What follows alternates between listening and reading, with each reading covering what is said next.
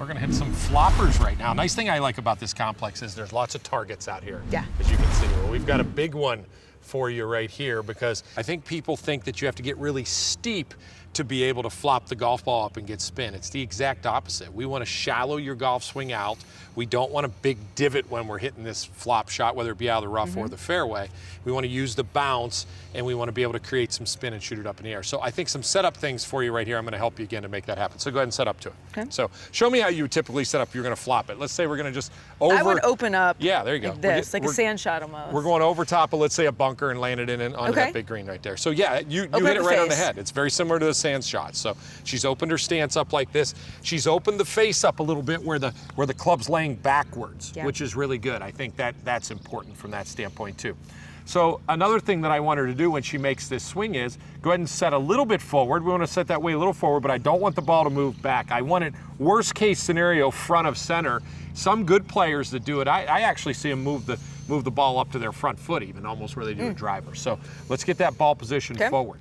Now I think one of the most important things is I want her to take a nice long swing where she stays wide, especially in her way down. I don't want this coming down hard this direction. I want it to stay where it's a nice, has width all the way through. And it's almost like if that golf ball had legs on it right now, she's trying to chop the legs out from underneath that golf ball. So it's just a nice long width and chop the legs out. Let's have you hit one just having that feeling right there. Chop those legs out. Good.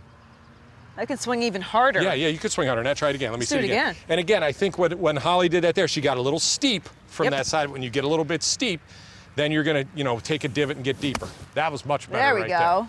High, good trajectory right there. Okay, so now let's do something where we're gonna get even a little more floppier. We're gonna hit a little higher. So set up to it just like you did, Holly. So all I want Holly to think about here is exactly what we just did. She opened up. Club face is open from that standpoint. We're gonna get wide. We're gonna get wide in our swing, especially on our way down. We're gonna allow it to shallow out, but this is gonna feel a little weird to you. I don't want your handle on the way down to go past your left thigh. So your handle's gonna stop and your club head's gonna keep going. So you're gonna get this position right here.